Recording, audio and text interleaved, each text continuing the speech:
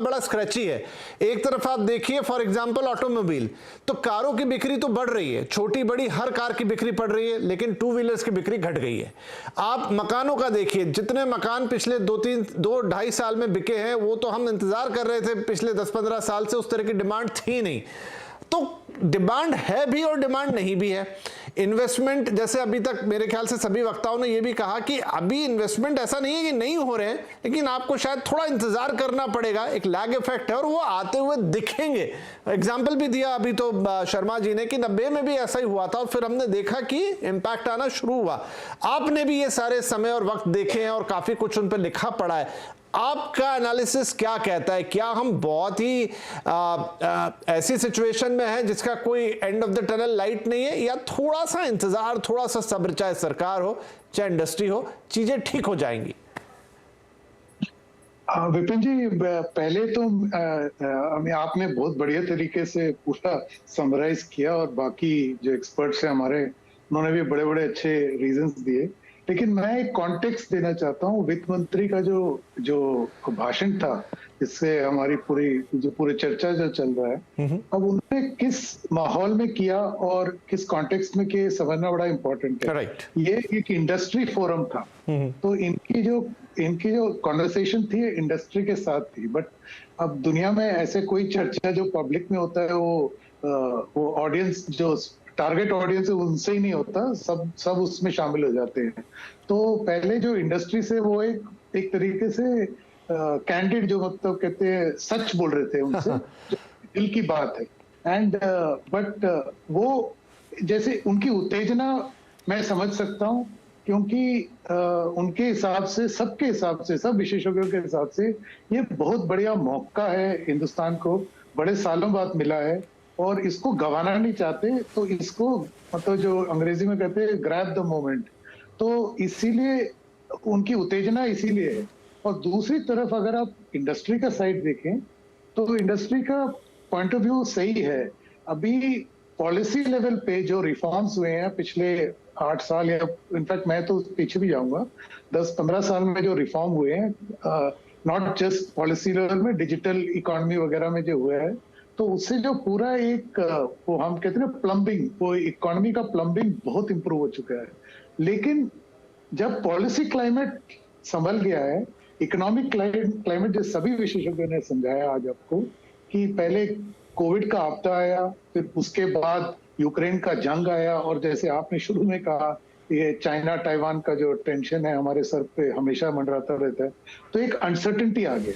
तो policy climate संभल गया, लेकिन इकोनॉमिक क्लाइमेट अभी अनसर्टेन है। इसके साथ एक और मैं बात जोड़ना चाहता हूँ, ईज ऑफ डूइंग बिजनेस हमने मोटे मोटे काम कर लिए हैं, लेकिन आप मैक्रो लेवल पे देख रहे हो, micro level on the ground जहां ये कंपनीज निवेश करेंगे, खास करके स्टेट्स को देखिए, उनकी हालत अभी खराब है।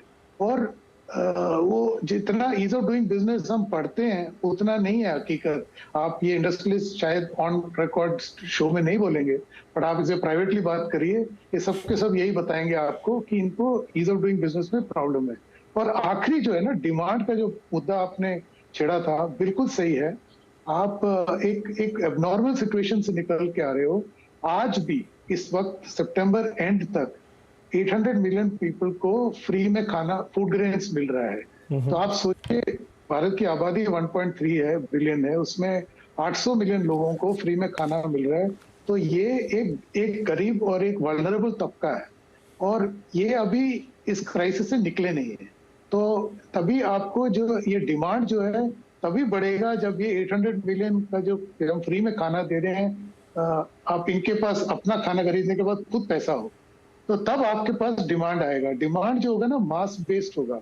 और आखिरी में सॉरी एक ही बात मैं बोलूंगा कि आप सबको ध्यान रखना होगा कि हिंदुस्तान मल्टीपल स्पीड्स का एक कंट्री है। इकोनॉमी में, सोशियो इकोनॉमिक हर फेज में, आप सड़क पे गाड़ियां देख लो, मतलब वहाँ साइकिल भी है, रिक्शा भी है, ट्रक भी है, और बड़ी बड़ी ऑडी भी है, ये बड़ी बड़ी गाड़ियां हैं, छोटी गाड़ियां हैं, सब चलते हैं। तो सबको एक साथ में ही चलना होगा। तो ये अब कोई स्पीड पे चलेगा, कोई हल्के से चलेगा, पैदल यात्री हैं वो तो सबसे धीमी गति से चलेंगे। तो ये हमको ये एक अजीब सा सिचुएशन है हिंदुस्तान में, ये हकीकत को लेके चलना होगा।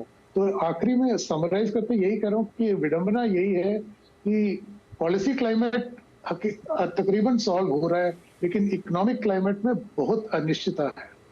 जी, चलिए, तो अनिश्चितताएं हैं और ये जब तक शायद समाप्त नहीं होंगी या थोड़ा नॉर्मलाइज नहीं होगा, चीज़ें थोड़ी ऐसी रहेगी। उन्हीं कृष्णन साहब, तो कुल मिला के बात ये आ रही कि डिमांड पे सारी चीज़ें अटक रही है। अब ये बताएं कि अब इसे कैसे देखें। ये तो इन्वर्सली प्रोपोर्शनल मामला हो गया थोड़ा कि आपके इंटरेस्ट रेट ऊपर की तरफ जा रहे हैं, इन्फ्लेशन अभी भी आपका जो है वो 7% के आसपास पहुंचा हुआ है, CPI WPI आपका अभी भी डबल डिजिट में है, आपको उस तरफ की लड़ाई लड़नी है।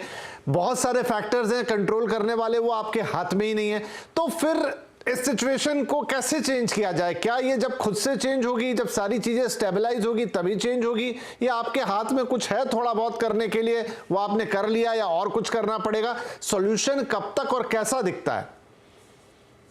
मेरे ख्याल से सॉल्यूशंस ऑलरेडी जारी है, चालू है। इसलिए ही कि कुछ भी लोग बोलेगा, हिंदुस्तान का इकोनॉमी सबसे ज्यादा मेजर इकोनॉमियों में से नंबर 1 है आज का दिन में। ग्रोथ परसेंटेज में आप देखेगा तो मतलब रिबाउंड जो तरीके से हमारा इकोनॉमी का हुआ है post the pandemic and despite also the Ukraine crisis, जो तरीके से हिंदुस्तान का इकोनॉमी का बढ़ावा हो रहा है, दूसरा कोई भी दुनिया का बड़ा इकोनॉमी नहीं है इसका तुलन करने के लिए। तो मैं हिंदुस्तान को 3 में बांटेंगे। एक तो लो लेवल का है जिसको सरकार का सपोर्ट के अलावा जीना मुश्किल है।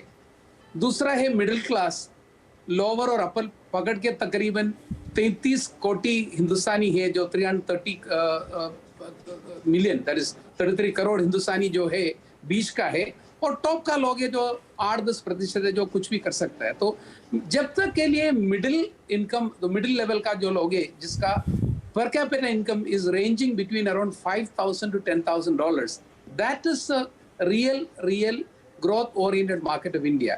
उधर 2-3 चीजें की इंपॉर्टेंस है। एक तो जैसे आपने कहा कि इन्फ्लेशन का वरी उनको भी रहता है। अगर इन्फ्लेशन एक बार कंट्रोल में आ जाएगा और फ्यूचरिस्टिक परचेस करेंगे, इंपल्सिव परचेस करेंगे। और दूसरा ऐसा है कि उनको ये भी लगना चाहिए कि अभी आगे जाके नौकरी का पक्का है, इनकम का पक्का है करके, वो तो stability, economic stability, not of the country, global stability is a factor that will be impacting that. And third and most important one is that availability of credit in that particular sector. Not everybody is buying with the money in the pocket. Credit का availability का भी जरूरत है। ये 3 factors अगर सीधा हो जाएगा, मेरा ख्याल से कंजम्पशन बढ़ेगा।